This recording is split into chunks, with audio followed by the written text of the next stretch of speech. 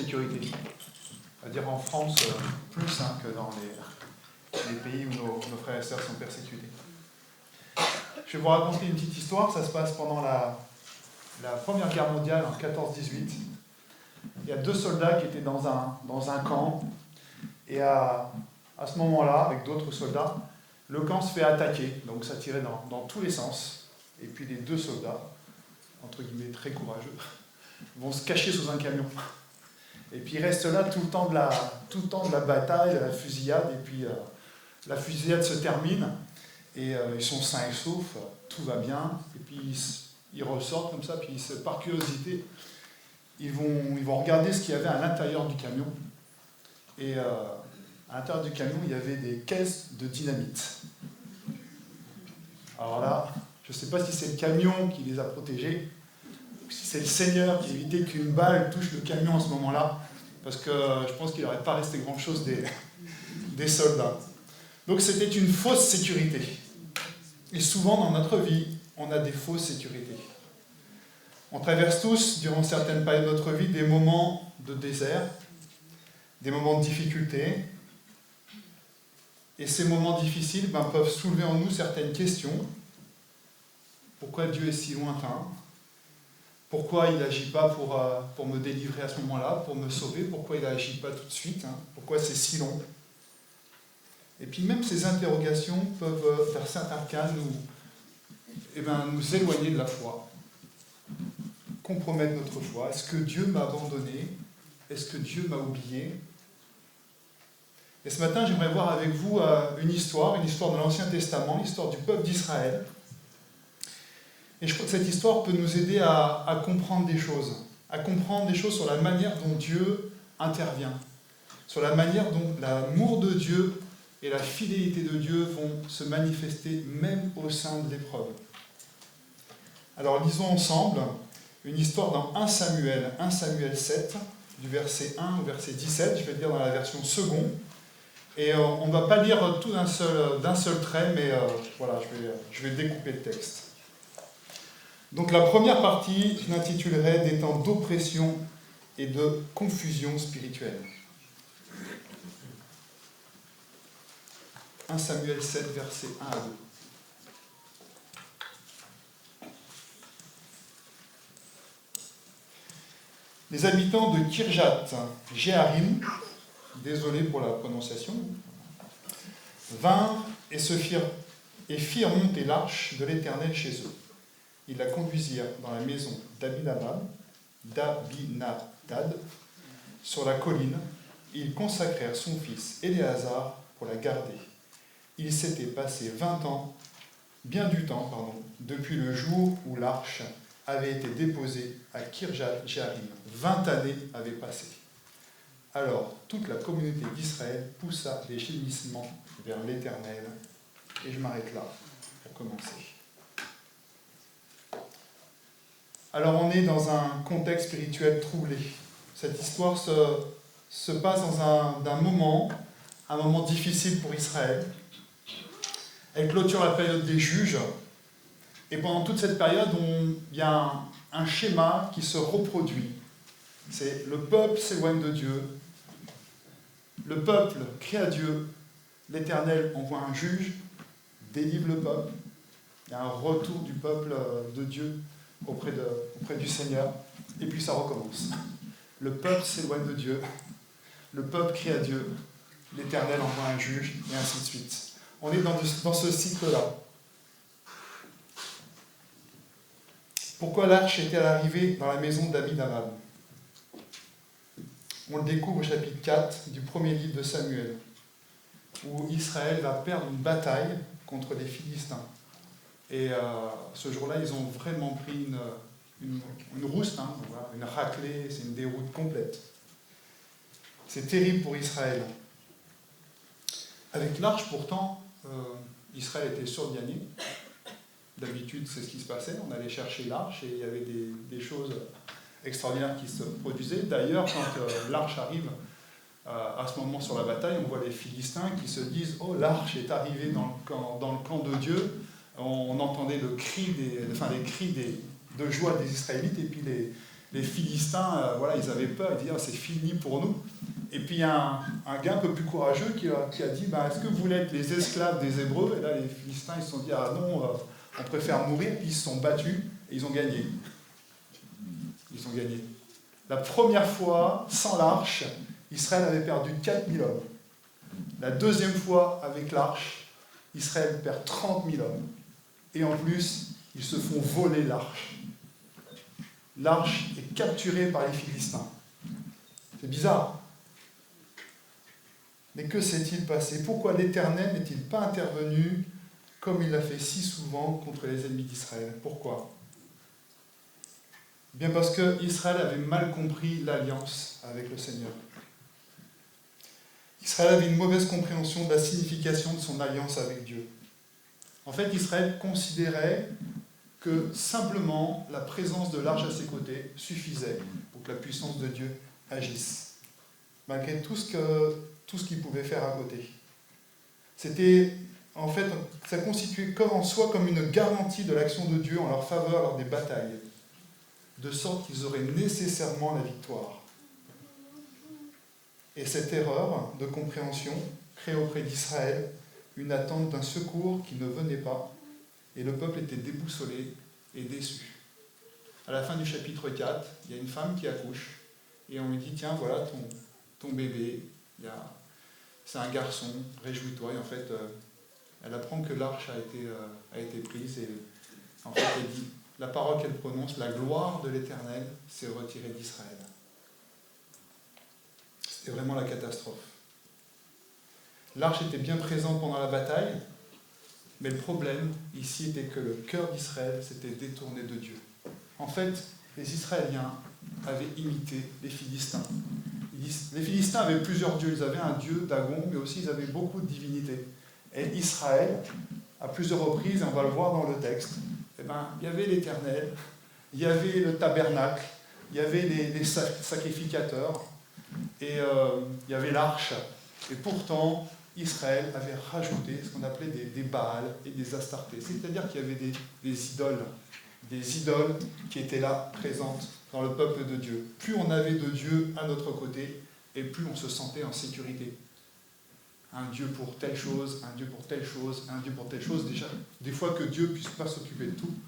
Donc on rajoute des dieux et on se sent plus en sécurité. On imite les peuples qui entourent Israël, on imite les Philistins. Le cœur du peuple de Dieu est partagé, son cœur s'est détourné de Dieu. C'est là que le problème résidait. L'arche était devenue comme une idole, en fait. Comme un talisman, comme un objet, en fait. Pas la puissance de Dieu, c'est pas le Seigneur conservé, mais on avait cet objet, on avait l'arche, donc tout allait bien se passer. Et on était tombé, le peuple d'Israël était tombé dans une attitude un peu superstitieuse. C'était plus de la superstition qu'une foi obéissante dans la parole de Dieu, dans ses commandements. Et cette situation illustre peut-être aussi une réalité spirituelle qui peut être présente dans nos vies. Laissons-nous insidieusement notre vie chrétienne se résumer à des règles que l'on suit, alors que Jésus nous appelle à une relation vivante de tous les jours avec lui. Et comme Israël, on peut se croire en sécurité à cause de peut-être notre baptême, de nos bonnes œuvres, de notre service dans l'Église, d'un objet qu'on peut porter. Mais notre seule sécurité, notre seul secours, c'est Christ. Notre Dieu nous protège. Il vient à notre secours quand nous plaçons uniquement notre confiance en lui. Et ce que le Seigneur désire, c'est vraiment une relation vivante avec lui. Nos victoires passent par une relation vivante avec notre Dieu. Une relation vivante avec Jésus-Christ. Une relation vivante avec le Saint-Esprit. Amen. Amen. Mais on voit aussi dans cette histoire que l'oppression, et on a eu ces témoignages au cours de ces différentes vidéos, que l'oppression ramène aussi le peuple de Dieu. Le peuple d'Israël s'est peu à peu éloigné de Dieu. Et encore une fois, en conséquence de son péché, de son rejet de Dieu, l'oppression des ennemis, des Philistins à cette époque-là, s'est faite de plus en plus pressante. Et du fait de l'épreuve, le peuple revient à Dieu dans une repentance sincère. On l'a lu au verset 2, il est dit « Alors toute la communauté d'Israël poussa des gémissements vers l'Éternel. » Dans la traduction du Semeur, il dit « L'ensemble des Israélites aspiraient à revenir à l'Éternel. » Il a fallu qu'ils passent par ces épreuves, qu'ils connaissent ces difficultés pendant 20 ans, ces longs 20 ans, vous imaginez 20 ans pour revenir à l'Éternel, pour gémir, pour crier, la traduction veut dire des gémissements, ce sont comme des chants de deuil, voilà, de plainte. Leur cœur était triste. Et donc l'oppression, on voit qu'elle peut être aussi, d'une part, la conséquence de l'infidélité du peuple, mais aussi le moyen utilisé par Dieu pour faire revenir le peuple à lui. Il change le mal en bien et il change la malédiction en bénédiction, parce que notre Dieu est grand. Il y a beaucoup d'histoires comme ça de chrétiens persécutés qui témoignent de cette réalité. Et sans que ces chrétiens n'aient même nécessairement péché ou se soient éloignés de Dieu lorsque les choses vont mal, eh bien, ils se sont naturellement réfugiés et rapprochés de lui. Est-ce que ce n'est pas un peu aussi notre histoire ? Souvent, quand on est dans notre confort, quand tout va bien, on a tendance à s'endormir. Mais une difficulté dans notre vie, et moi je vous parle en connaissance de cause, eh ben, on va prier plus, on va se rapprocher de Dieu. Et souvent, le Seigneur, il utilise ces difficultés pour nous rapprocher de lui. Et cette nouvelle intimité avec Dieu se prolonge même au-delà de l'épreuve, de sorte que les difficultés et les persécutions leur sont finalement profitables. Oui, Seigneur, même Job l'a dit. Avant, j'avais entendu parler de toi, mais maintenant, mon œil t'a vu. On voit la gloire de Dieu, on voit le Seigneur agir. En ce moment, ça me fait penser on a fait notre groupe de maison mardi dernier, parce qu'on avait pris du retard, on a voulu le rattraper, et on était sur est-ce que je connais des choses sur Dieu, ou est-ce que je connais Dieu ? Qu'est-ce qui est le plus important ? Et quand je vis cette épreuve, quand je vois la gloire de Dieu agir, ce n'est pas simplement des connaissances théoriques, mais c'est je connais Dieu, je sais comment il est capable d'agir, je sais comment il est capable de me sauver, de me délivrer, de me donner une victoire. Amen. Même à travers ces épreuves. On continue la lecture.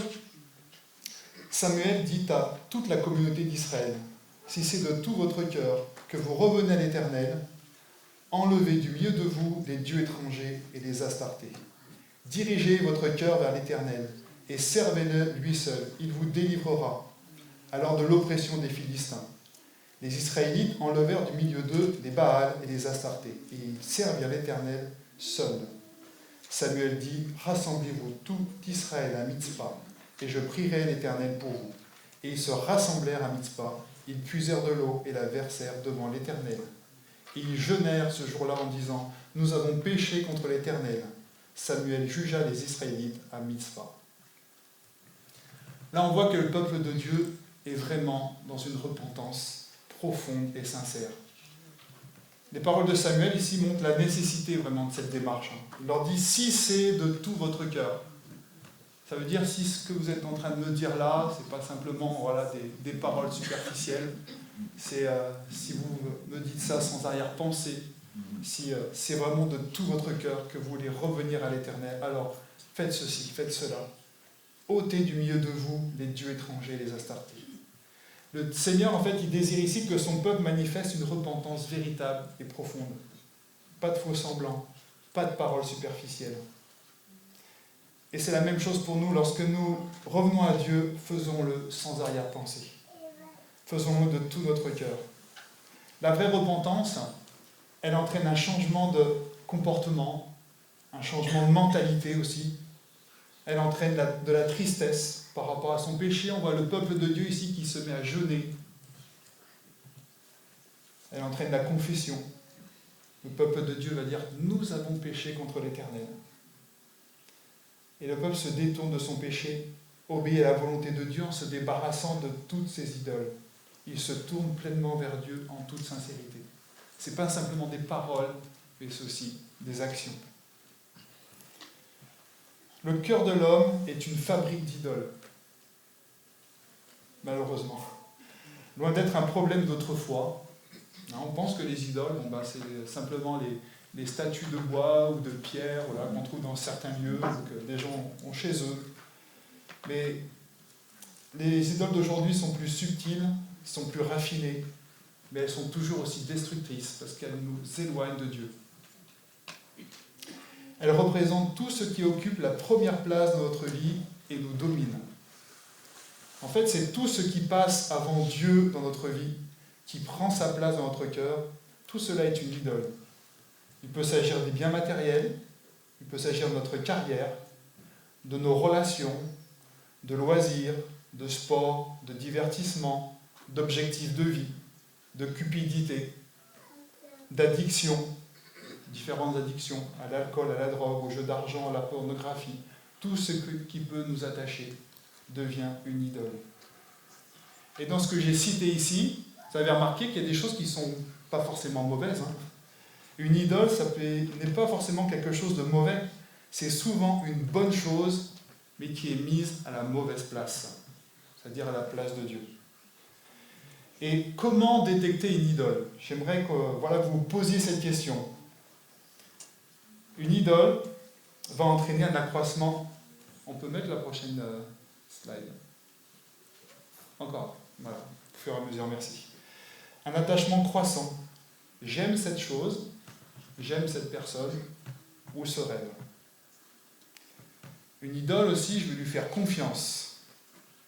Je compte dessus pour m'apporter la sécurité, pour m'apporter l'amour, pour m'apporter l'estime. Elle entraîne aussi un besoin déformé. Je pense que je ne peux pas vivre sans elle, sans lui, sans ça. Ensuite, il y a une dépendance silencieuse. Ma joie et mon désespoir dépendent de cette chose. Si je ne l'ai pas aujourd'hui, si je ne l'obtiens pas, je vais être de mauvaise humeur. Et quand je vais la voir, alors ça va être la plus belle journée de ma vie. Et puis la dernière chose, la chute inévitable. L'idole me trahit parce qu'elle ne tient pas ses promesses, parce qu'elle me déçoit, parce qu'en fait elle peut ne m'apporter ni sécurité, ni joie, ni paix, car seul Dieu peut m'apporter tout ça. Et Samuel dit ici au peuple, attachez-vous de tout votre cœur. Recherchez sa présence, recherchez la présence de Dieu, recherchez sa volonté uniquement. Approfondissez votre relation avec Dieu et détachez-vous des choses du monde et attachez-vous à Dieu. 20 ans, c'est long, je vous l'ai dit tout à l'heure. Et quand nous pensons que Dieu nous a abandonnés, je pense aussi que prenons le temps de réfléchir. Est-ce que Dieu ne nous a pas demandé quelque chose que nous n'avons pas fait ? Vous croyez que c'est la seule fois ici que Israël entend qu'il doit abandonner ses idoles, ses astartés ? Non, ils l'ont entendu plein de fois. Cette semaine, je préparais le groupe des hommes et je vais vous parler de Gédéon. Voilà, vous avez un petit scoop. Et la première chose, c'est bien avant, qu'il demande à Gédéon, quand il lui parle, il lui dit « Tu vas dans la maison de ton père, et là, il y a des autels à Baal, et tu vas les détruire, tu vas les brûler. » Et ce qui s'est passé, c'est le lendemain, quand les gens d'Israël ont vu que Gédéon avait fait ça, ils voulaient le tuer. Ils voulaient le tuer. Donc on voit qu'Israël était vraiment attaché à ces idoles-là, et ça avait pris une importance considérable pour eux. Et ce n'est pas la première fois ici dans ce texte que Israël entend « Débarrasse-toi de tes idoles et reviens à Dieu ». Est-ce que Dieu ne vous a pas parlé ? Est-ce que Dieu m'a demandé quelque chose de précis et que je ne fais pas ? Je résiste.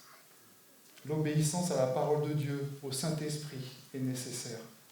Ne résiste pas. Et si nous possédons des dieux étrangers, demandons à Dieu son aide pour nous en débarrasser. Parce que ça peut être difficile, parce qu'on est tellement attaché. Pendant des années, on s'attache à ces choses. Mais Dieu est capable, avec sa puissance, de nous délivrer, de nous en débarrasser. On continue la lecture. Les Philistins apprirent que les Israélites étaient rassemblés à Mitzpah. Et les princes des Philistins montèrent pour attaquer Israël. À cette nouvelle, les Israélites eurent peur des Philistins et ils dirent à Samuel, « N'arrête pas de crier pour nous à l'Éternel notre Dieu, afin qu'il nous sauve de la domination des Philistins. » Samuel prit un tout jeune agneau, et l'offrit tout entier en holocauste à l'Éternel. Il cria à l'Éternel pour Israël, et l'Éternel l'exauça. Pendant que Samuel offrait l'holocauste, les Philistins s'approchèrent pour attaquer Israël. L'Éternel fit gronder ce jour-là son tonnerre sur les Philistins et les mit en déroute. Ils furent battus devant Israël. Les hommes d'Israël sortirent de Mitzpah, poursuivirent les Philistins et les battirent jusqu'au-dessous de Beth-Car. Qu'est-ce qui se passe ici? Les Philistins constatent un rassemblement du peuple d'Israël et ils se rangent en bataille. Ils vont se dire, tiens, il y a tout le peuple ici, c'est une belle occasion pour leur mettre encore une bonne raclée, puis peut-être se débarrasser de ce peuple-là. Mais cette fois, enfin, Dieu accorde la pleine délivrance à son peuple et qui repousse l'ennemi jusqu'aux frontières. Et même les villes qui avaient été prises d'abord par les Philistins, Israël va les reprendre. Ils vont encore gagner du terrain. La victoire atteste ici un complet rétablissement d'Israël dans son alliance avec Dieu. Ici, il y a quelque chose d'incroyable. Tout à l'heure, Israël, il y avait cet attachement aux idoles, et on voyait que la main de Dieu était sur Israël, que l'ennemi avait pris le dessus sur Israël. Et là, on voit que l'humilité, la vraie repentance, la situation, elle ne s'arrange pas, elle est même pire. C'est comment ça, Seigneur, on revient à toi, on fait ce qu'il faut, on marche dans ta volonté, et puis, tu vois, c'est encore plus difficile. Là, les Philistins, ils ont rassemblé toutes leurs armées, et là, ils veulent nous détruire. Pourquoi? Parce que quand un chrétien s'humilie, quand un chrétien se repent, l'ennemi ne peut pas l'accepter. Et ça, ici, on voit sa réaction furieuse. Ce n'est pas une bonne nouvelle. Il veut intervenir immédiatement pour réduire à néant notre retour à Dieu, nous décourager, nous faire chuter. Il veut que nous abandonnions. C'est pour ça que des fois, même quand on fait le bien, même quand on marche avec Dieu, on peut vivre des épreuves. C'est pas toujours parce qu'on a péché, parce que il y a quelque chose qui ne va pas dans notre vie. Mais là, on voit qu'il y a un retour à Dieu, un peuple qui s'humilie, un peuple qui est restauré et qui marche à nouveau avec le Seigneur. Et il y a cette difficulté, il y a ces Philistins-là qui se rassemblent pour détruire le peuple. Pensez aux chrétiens persécutés. Pensez à Salé qui est venu témoigner il y a quelques mois. Lui, qu'est-ce qu'il faisait pour avoir des problèmes? Il parlait de Jésus, tout simplement. Quand on veut vivre pieusement, dit la Bible, on sera persécuté. Pensez à Jérémie, prophète de l'Ancien Testament.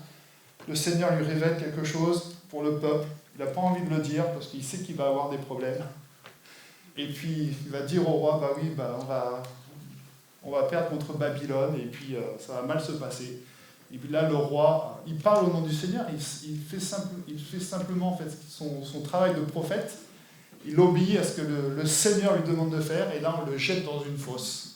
Voilà, où Jérémie dit « je m'enfonce dans la boue », tout ça. Et il faut l'intercession d'un eunuque éthiopien qui vient voir le roi et dit « bon, là, ce que tu as fait pour Jérémie, c'est pas bien. » Donc, ils vont le sortir de là un peu plus tard. Mais il a fait ce qu'il fallait, il n'a pas péché, il a obéi au Seigneur, et quand même, il connaît la persécution et la difficulté. Et là, le peuple de Dieu va dire à Samuel, n'arrête pas de crier pour nous à l'Éternel, notre Dieu, afin qu'il nous sauve de la domination des Philistins. Et je pense que quand on passe par ces moments difficiles en tant que chrétien, quand on a ces combats, quand l'ennemi se lève contre nous, il est important d'avoir quelqu'un, que ce soit un frère, que ce soit une sœur, que ce soit une communauté, une église qui prie pour nous, qui est là pour nous soutenir dans la prière, que nous passons par ces moments difficiles, quand l'ennemi nous attaque. Quelqu'un qui va intercéder, quelqu'un qui va crier à l'Éternel, comme l'a fait Samuel. Et vous savez qu'il est écrit dans la parole de Dieu que Jésus intercède. Jésus intercède constamment. Jésus a donné sa vie sur une croix. Remarquez que Samuel, à un moment, ici, quand il se présente devant Dieu, il sacrifie un agneau. Et aujourd'hui, on sait que l'agneau de Dieu, c'est Jésus qui a donné sa vie pour nous. Et Jésus intercède constamment pour nous auprès du Père. Il crie à son Père pour que notre foi ne défaille pas. Les chrétiens persécutés demandent qu'on prie pour que leur foi soit ferme, pour qu'ils puissent tenir bon. Jésus y prie pour la même chose.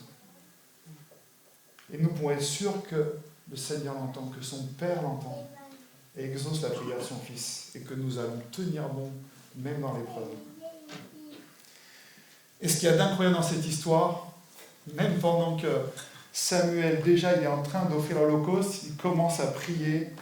Le peuple de Dieu n'a pas bougé. De toute façon, il n'y avait pas d'armes. C'était le peuple qui s'était rassemblé, mais il y avait les femmes et les enfants. Ce n'était pas une armée ici qui était en capacité d'aller résister à l'armée des Philistins.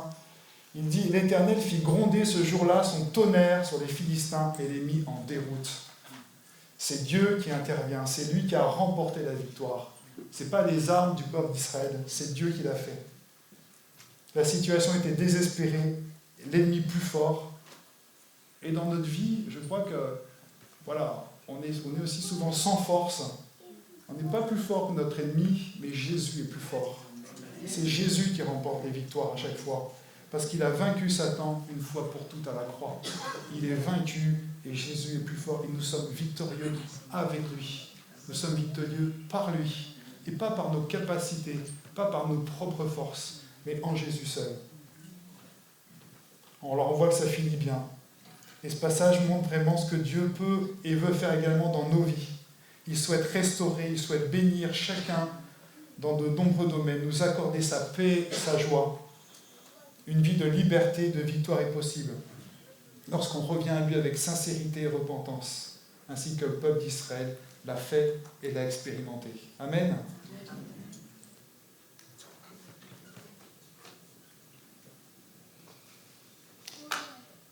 Et ma dernière partie, une pierre est posée. C'est important de poser des pierres dans notre vie.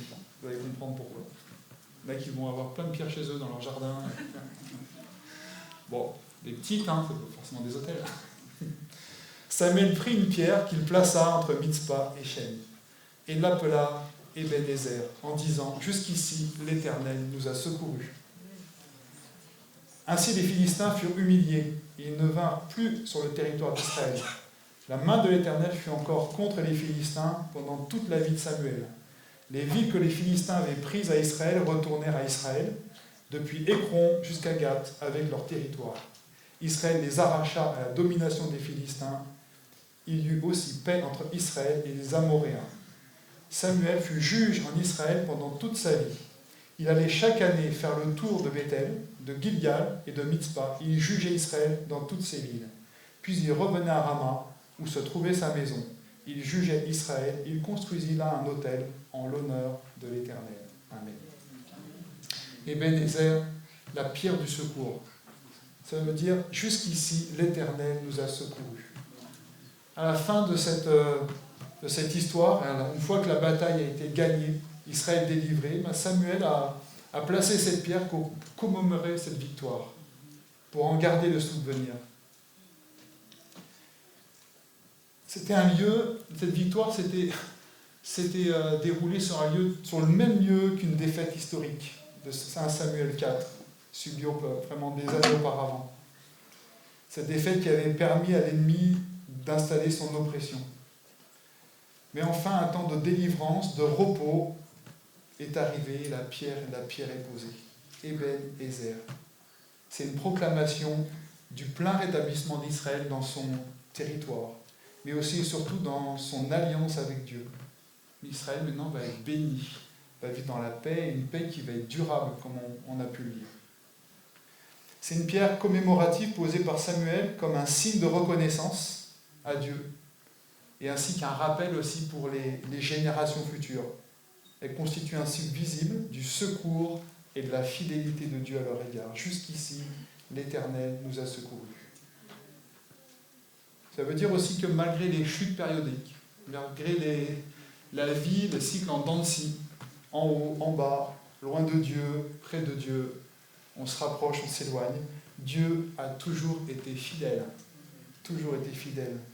Dans le sens qu'il a toujours veillé sur son peuple, même quand son peuple se sentait abandonné. Même quand son peuple se disait « mais pourquoi Dieu n'intervient pas ?» Dieu a toujours été fidèle, a toujours été là. Il ne manque jamais de répondre lorsque le peuple se tourne vers lui dans une sincère repentance.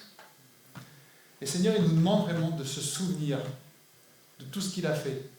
Il nous demande en fait de planter dans notre vie des Ebenezer.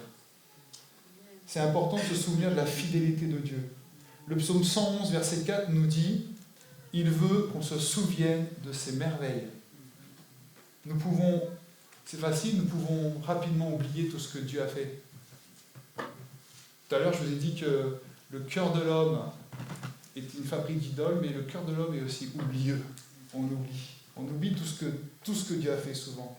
Même les disciples, alors ils avaient vraiment la mémoire courte. Même les disciples qui étaient avec Jésus, qui voyaient ce que Jésus avait fait, parfois ils ont oublié. Dans Marc 8, il nous dit que c'est le lendemain où Jésus a multiplié les pains. Il n'y avait rien. Il a multiplié les pains. Le lendemain, ils étaient là. Ils allaient dans un autre endroit avec Jésus et ils avaient oublié d'acheter du pain. Ils disaient, mince, on va manquer de pain. On ne va pas en avoir, qu'est-ce qu'on va manger? Alors que la veille, ils avaient vu que Jésus, à partir de peu, pouvait multiplier. On oublie ce que Jésus a fait, ce que Dieu a pu faire dans notre vie. Au moment quand on ne pouvait plus se rassembler à cause du Covid, donc on a maintenu les groupes de maison. Et nous, le groupe de maison, on l'a fait toutes les semaines. Voilà, on faisait ça en visio, puis après, on a repris en présentiel.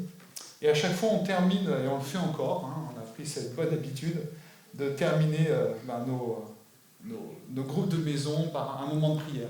Alors on prie avec des prières en relation avec l'étude, le sujet qu'on a abordé, mais à chaque fois, on aborde en fait des sujets de prière personnels. Voilà, on prie les uns pour les autres.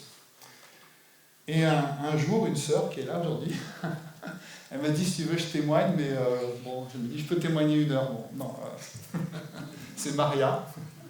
Voilà, c'est pas un hasard, voilà. Et elle a ramené un cahier ou un lutin, quelque chose comme ça.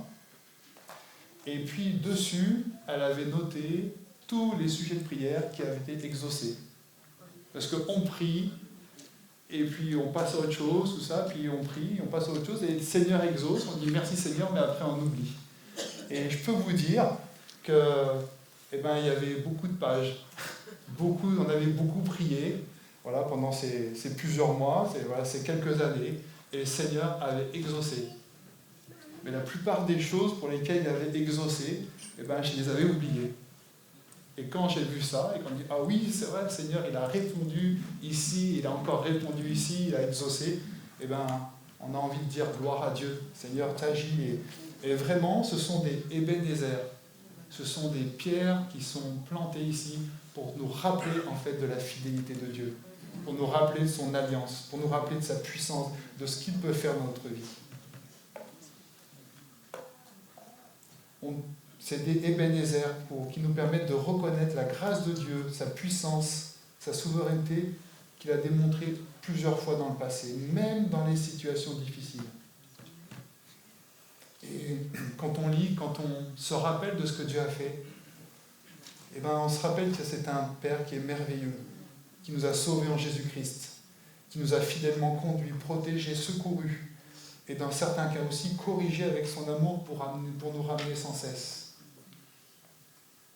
On peut peut-être le placer de manière visible dans notre environnement, dans notre logement. On peut placer des pierres de souvenir, ça peut être une idée. En témoignant des interventions de Dieu en notre faveur, en sorte de ne pas oublier sa fidélité à notre égard. Et ces souvenirs, ce ne sont pas simplement des souvenirs pour nous, mais ça peut être aussi des souvenirs comme des témoignages quand on rencontre des gens. Ce que disait tout à l'heure dans la vidéo, c'est que ces chrétiens qui sont persécutés, qui vivent des choses difficiles, qui voient en fait Dieu intervenir dans leur vie, sont capables ensuite d'en rendre le témoignage, sont capables aussi de réconforter, sont capables aussi de comprendre les gens qui passent par les mêmes difficultés. Des témoignages auprès de notre famille, de nos amis, pour faire connaître et honorer la fidélité de Dieu. Et lorsqu'on considère la fidélité de Dieu tout au long de notre marche, jusqu'à ce jour, nous pouvons dire comme Samuel, jusqu'ici l'Éternel nous a secourus, toujours il l'a fait. Et cela fortifie notre foi, nous fait gagner en maturité. Et nous devenons même plus forts pour affronter les difficultés qui vont arriver après. Parce qu'on a déjà expérimenté la bonté de Dieu, parce qu'on a déjà expérimenté la fidélité de Dieu dans le passé, même au cœur de l'épreuve. Dieu est fidèle.